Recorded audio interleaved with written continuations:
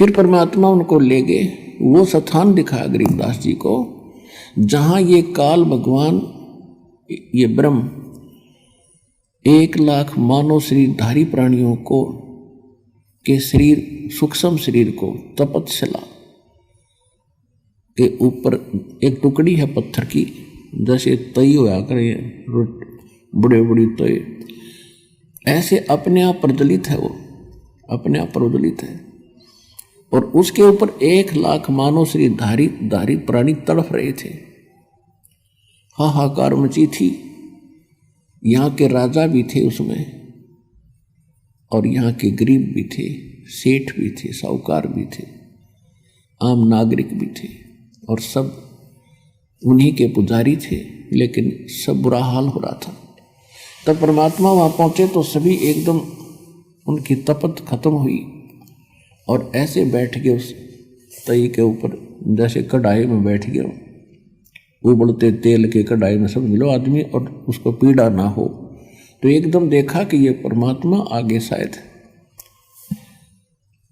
तब उन प्राणियों ने कहा, भगवान हम बहुत दुखी हो लिए, हम किस कर्म का दंड भोग रहे हैं। परमात्मा ने कहा, ये तुम्हारा यहाँ का किया कर्म नहीं, ये तुमने सतलोक में गलती करी थी, वहाँ तुम सुखी थे, और सुखी जीव को बकवाद घनी भावें हैं, अच्छे काम थोड़े और बुरे घने करेगा। तो तुमने वहाँ यही गलती की थी, भरी थाली का ठोकर मार कर तुम यहाँ आगे से इस कंगाल लोक में सारी जीवन में तुम्हारे से रोटी पूरी नहीं होती, मर खप जाते हो मांस, और ये बकवादियों घनी करवाता है। आज विश्व में शायद ही कोई प्राणी बचे हों कुछ प्रतिशत, ना तो सभी कोई बीड़ी का लत है, कोई शराब पी रहा है, कोई भूकी खा रहा है, कोई अफीम खा रहा है, कोई मांस खा रहा है, कोई शराब पीता है। तो ये कोई सा भी काम करने का नहीं, ये मन करवाता है। और इसके करने से हमारे सूक्ष्म शरीर के अंदर एक विशेष पदार्थ डिपॉजिट हो जाता है, और वो स्वाद करता है काल उसका। फिर तो वो सबको उठा कर वहाँ डालता तपस्या पर, फिर सब तड़फ तड़फ कर। जिसने ज़्यादा बीड़ी शराब तम्बाकू पी रखा है वो काफ़ी देर तक तड़पता, उसको मतलब घना माल होता है उसका, और काफ़ी देर तक सबसे पीछे तक उसकी दुर्गति होती है वहाँ पर।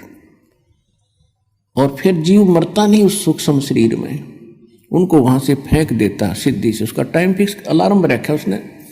उसके बाद वो वहाँ से अपने आप उड़ जाते हैं, जब उनका गंध मैल निकल जाता है और ऊपर जाते ठंडे क्षेत्र से, तो वो कुछ नॉर्मल से हो जाते हैं। और फिर धर्मराज के दरबार में आकर लाइन लगा लेते हैं अपने कर्मों का अकाउंट कराने के लिए।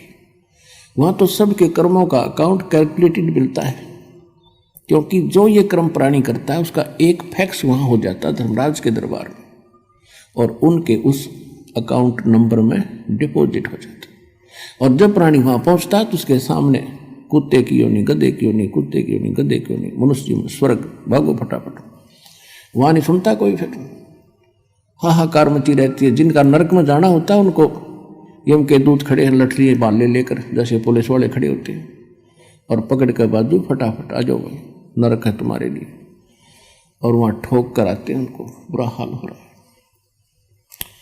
तब गरीबदास जी को आगे क्या देखा, थोड़ी कुछ देर के बाद वो ज्योत निरंजन काल उनको खाने के लिए अपने उस रसोई घर में आने लगा। दूर से देखा, तब तक वो प्राणी वहीं थे परमात्मा की कृपा से, नहीं तो उसको ऑटोमेटिक सिस्टम से तो उनको चला जाना चाहिए था। वो इसलिए आया था, वो किसी के सामने नहीं आता। तो बताया परमात्मा ने कि देखो वो आ रहा तुम्हारा यहाँ का भगवान, जिसको तुम परमात्मा कहते, इसकी शकल देख कर कलेजा फट जाएगा, और तुम इसको ब्रह्म मानकर पूजा करते हो। सबने देखा सामने लंबे दांत, ओछा माथा, काला विकराल शरीर, तो सभी प्राणी भयभीत हो गए। परमात्मा ने कहा कि तुम जाओ यहां से।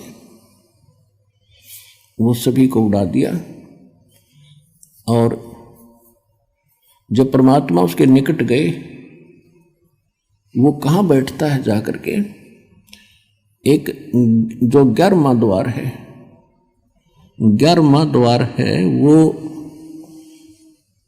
अक्षर पुरुष के लोक में जाकर निकलता है। उस गेट पर ये स्वयं चौकीदारी करता है कि कोई इधर से एक भी ना चला जा। ये स्वयं वहां बैठता है और वहां बैठा था, वहां से उठकर चला ही था। परमात्मा जब चले तो उस गेट पर अड़ गया जाके, कौन आ गया ये, इस कैसे चला जाएगा इधर। तो परमात्मा निकट गए तो परमात्मा ने कहा कि देख बेटा गरीबदास, ये है यू काल भयंकर, इसके सामने ब्रह्मा विष्णु महेश की हिम्मत नहीं कि इसके सामने, इसकी शक्ति के सामने टिक जाए। वो चार भुजा के भगवान ये 1000 का है। अब तो ये 2 भुजा बनाए बैठा है, ये 1000 भुजा तक बना सकता है। ब्रह्मा विष्णु महेश तो 16 कला के प्रभु हैं, ये 1000 कला का भगवान है। और जिस परमात्मा के पास मैं तुझे ले जा रहा हूं, असंख्य कला का मालिक है वो। और देखना, अब मेरे पास ऐसा मंत्र है, एक मेरे पास ऐसा मंत्र है, अब मैं सिमरण करूंगा जाप का, सतनाम का, श्वास से, और ये ऐसे हो जाएगा जैसे, क्या बताया, जैसे फनपति मंत्र सुन रखे फन सकोड़े, ऐसे बीरा मेरे सतनाम से यू काल लवे मुंह मोड़े। कि जैसे गारडू के मंत्र से एक खूंखार सर्प उस मंत्र के बोलने से वो फन ऐसे कर रहा हो, तो फन को इकट्ठा करके और बिल्कुल जमीन पर रख लेता है। जैसे फनपति मंत्र सुन रखे फन सकोरे, ऐसे मेरे सतनाम से यू काल लवे मुंह मोड़े। परमात्मा ने कहा देख, अब मैं मंत्र जाप करता हूं। वो करना क्या था तो हमें बता रहे हैं कि आपत्ति के समय तुम्हारे पास केवल ये सतनाम और सार नाम का एक हथियार है। जो मंत्र जिसको जौन सा प्राप्त हुआ है वो तेरा हथियार है, प्रथम प्राप्त है। आपत्ति के समय उस मंत्र का जरूर जाप कीजिएगा, बहुत सारा मिलेगा। सतनाम प्राप्त है तो सतनाम का सिमरण करिए आपत्ति में, चाहे किसी प्रकार की भी है, चाहे रोग है या कोई और पशु पक्षी से है या कोई संसारिक व्यक्तियों से है या कोई राज दरबार से है।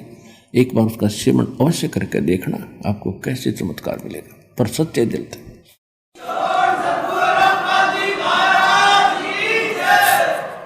और सारनाम प्राप्त है, सारनाम का जाप करिए। सतनाम प्राप्त है, सतनाम का करिए। प्रथम मंत्र प्राप्त है, प्रथम मंत्र का जाप कीजिए। तो जो ही परमात्मा ने कहते हैं कि मैं देख ले भाई सिमरण कर रहा हूं, उसी समय काल जहां उस गेट के ऊपर 11वें द्वार पर नो कड़लाए बैठा था और ऐसा सिर झुक गया उसका।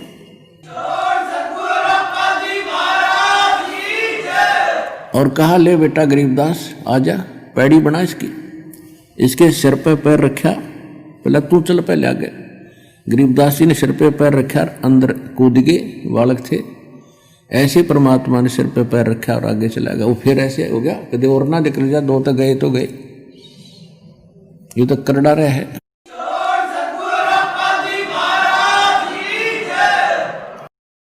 सब्सक्राइब करें हमारा YouTube चैनल और सबसे पहले नए वीडियोस देखने के लिए क्लिक करें नोटिफिकेशन बेल पर।